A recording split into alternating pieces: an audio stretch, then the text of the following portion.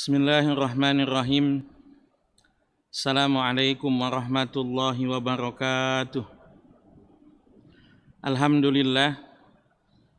Wassalatu wassalamu ala rasulillah Sayyidina Muhammadin. Allahumma salli wa sallim wa barik alaih Ibni Abdillah wa ala alihi wa sahbihi wa mawalah wa man tabi'ahu ila yaumil qiyamah wala haula wala quwata illa billahi amma ba'd.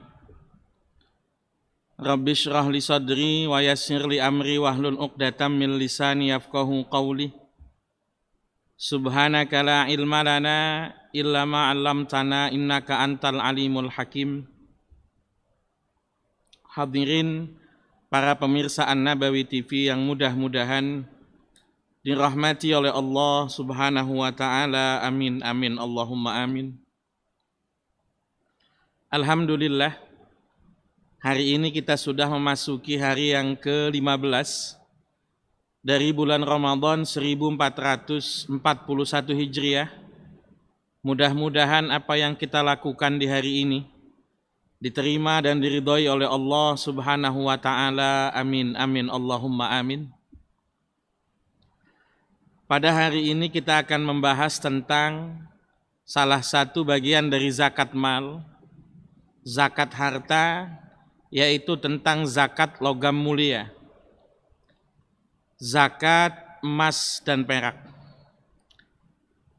Emas dan perak adalah merupakan salah satu instrumen investasi manusia karena nilai terutama emas yang relatif tahan terhadap inflasi.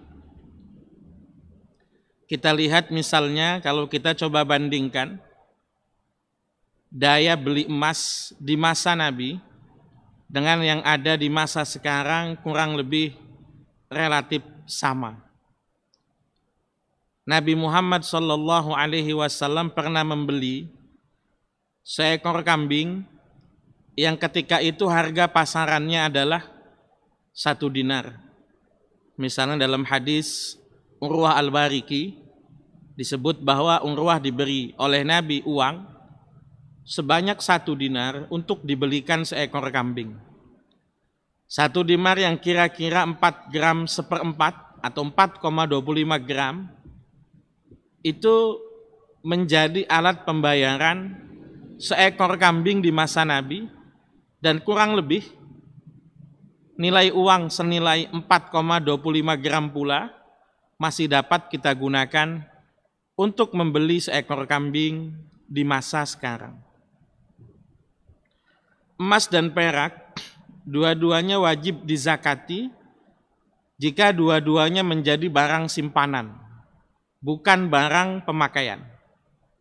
Itulah kenapa perhiasan kaum wanita tidak menjadi objek wajib zakat dalam pandangan mazhab Syafi'i. Mengenai perhiasan wanita, ada beberapa pendapat ulama. Satu, dalam mazhab Syafi'i dan sebagian mazhab Hambali mengatakan bahwa perhiasan kaum wanita bukan merupakan objek wajib zakat, tidak dizakati. Karena dia adalah barang-barang yang digunakan. Dia sama seperti kendaraan, dia sama seperti rumah yang ditinggali atau kendaraan yang dipakai. Dia adalah aset, dia tidak mendatangkan nilai kekayaan, maka perhiasan kaum wanita dalam pandangan mazhab Syafi'i dan sebagian mazhab Hambali tidak wajib dizakati. Sementara dalam pandangan mazhab Hanafi dan sebagian mazhab Hambali mengatakan bahwa perhiasan kaum wanita jika sudah mencapai nisabnya maka wajib dizakati setiap tahunnya selagi masih mencapai nisab, yaitu kira-kira 20 miskal atau 85 gram.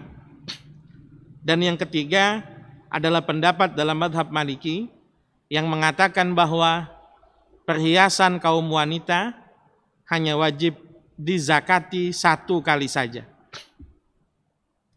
Jadi yang pertama bahwa emas dan perak yang merupakan objek wajib zakat dalam pandangan mazhab Syafi'i bukan merupakan perhiasan yang diperbolehkan. Jadi kalau ada perempuan, dia punya anting yang dipakai, gelang yang dipakai, kalung yang dipakai, cincin yang dipakai, itu semua merupakan perhiasan dan tidak merupakan objek wajib zakat. Berapakah nisab emas dan berapakah nisab perak? Berapakah batas minimal simpanan emas dan perak wajib dizakati? Ini kembali pada sistem perhitungan yang ada di masa Nabi. Banyak sekali sistem hitungan yang ada di masa Nabi yang saat ini sudah tidak lagi digunakan. Misalnya kemarin pada zakat hasil bumi, kita membahas hitungan mud, so', dan wasak yang kemudian dikonversi dalam bentuk liter dan kilogram. Sekarang adalah kita akan membahas hitungan emas dan perak yang ada di masa Nabi. Perak dan emas yang ada di masa Nabi itu dihitung untuk emas menggunakan satuan misqal. Sebagaimana kita tahu, di masa itu emas dan perak menjadi mata uang. Mata uang yang terbuat dari emas disebut sebagai dinar, dan mata uang yang terbuat dari perak disebut sebagai dirham. Ukuran satu dinar itu sama dengan satu misqal. Batas nisab emas adalah 20 misqal atau 20 dinar. 20 misqal atau 20 dinar. Pertanyaannya, berapakah berat satu dinar emas atau satu misqal itu? Kebanyakan ulama meriwayatkan keterangan bahwa nilai satu misqal itu adalah nilai kira-kira 72, beratnya satu misqal itu kira-kira berat 72 butir gandum yang dipotong kedua sisinya, kedua ujungnya. Pernah ada yang bikin satu riset, dia beli gandum, dicoba berkali-kali, hasilnya nggak sama. Ada yang kira-kira sekitar 2 kilogram, ada yang kira-kira sekitar 4 gram, ada yang kira-kira sekitar 4,5 gram, ada yang kira-kira 4,1, 4,2. Tapi kebanyakan ulama masa kini, kebanyakan memberikan ukuran satu dinar adalah kira-kira 4,25 gram emas. 4/4 gram emas. Jadi kalau kita kali 20, maka 4,25 kita kali 20, kita akan mendapatkan hasil 85 gram emas.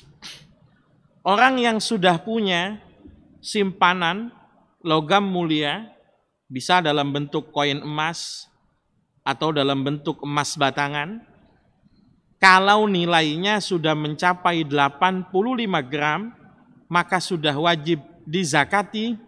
Zakatnya adalah sebanyak 2,5%.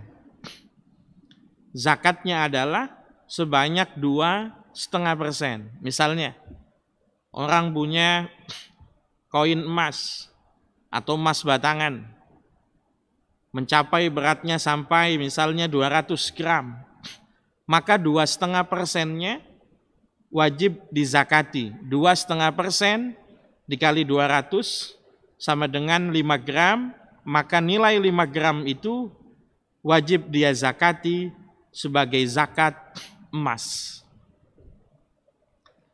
Jika mata uang yang terbuat dari emas disebut sebagai dinar, maka mata uang yang terbuat dari perak disebut sebagai dirham.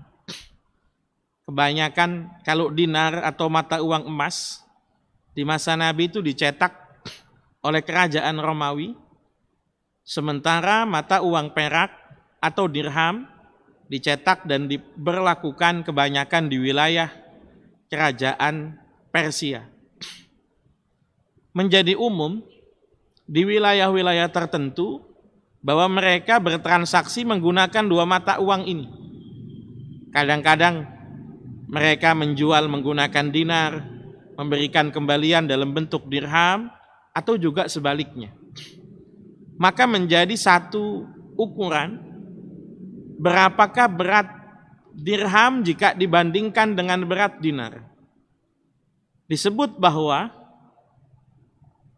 7 dinar itu sepadan dengan 10 dirham.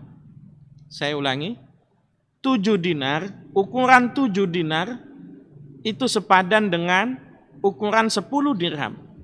Maka kalau kita pakai konversi dalam bentuk gram, 4,25, kalau kita kali 7, hasilnya adalah 29,75 gram atau 29,3/4 gram. Itu ukuran 7 dinar yang sekaligus setara dengan ukuran 10 dirham. 10 dirham. Jadi ukuran 1 dirham adalah 2,975 gram atau kira-kira ukuran 3 gram kurang sedikit. Kalau 10 dirham itu ukurannya 29,75 gram.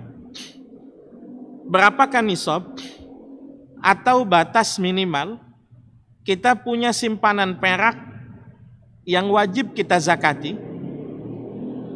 Kebanyakan ulama sesuai dengan hadis menyebutkan bahwa nisab perak itu adalah 200 dirham. Jadi kira-kira kalau 2,975 kita kali 200, kita akan mendapatkan hasil kira-kira adalah 595 gram. Karena memang nilai perak lebih rendah atau lebih murah jika dibandingkan dengan nilai emas. Ada yang sempat bertanya, kenapa dari sekian banyak logam yang ada, hanya emas dan perak yang ada kewajiban zakatnya? Karena emas dan perak itulah yang menjadi instrumen investasi manusia. Emas dan perak itulah yang di masa dulu menjadi mata uang, dan emas dan perak itulah yang hingga saat ini masih menjadi salah satu benda yang menjaga nilai kekayaan. Maka kalau kita simpulkan bahwa orang yang mempunyai simpanan logam mulia, dia menginvestasikan hartanya dalam bentuk emas atau perak dan bukan merupakan perhiasan yang boleh digunakan. Misalnya laki-laki boleh menggunakan perhiasan perak dalam batas yang wajar, perempuan boleh menggunakan perhiasan emas dalam batas yang wajar. Perhiasan-perhiasan yang digunakan ini tidak masuk dalam objek wajib zakat.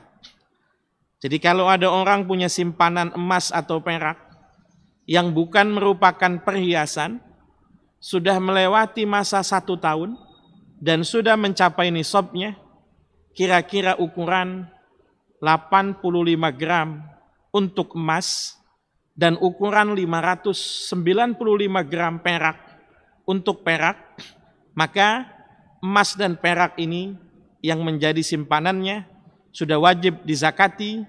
Zakatnya adalah sebesar 2,5%, 2,5%, yang dalam bahasa Arab disebut sebagai rub'ul usyur, di mana pola sederhananya nilainya tadi dibagi 10, kemudian dibagi 4 atau setara dengan 2,5%. Mudah-mudahan bahasan ini ada manfaatnya. Mudah-mudahan apa yang kita lakukan di hari yang ke-15 ini diterima dan diridhoi oleh Allah Subhanahu wa taala. Hadanallahu wa iyyakum ajmain. Assalamualaikum warahmatullahi wabarakatuh.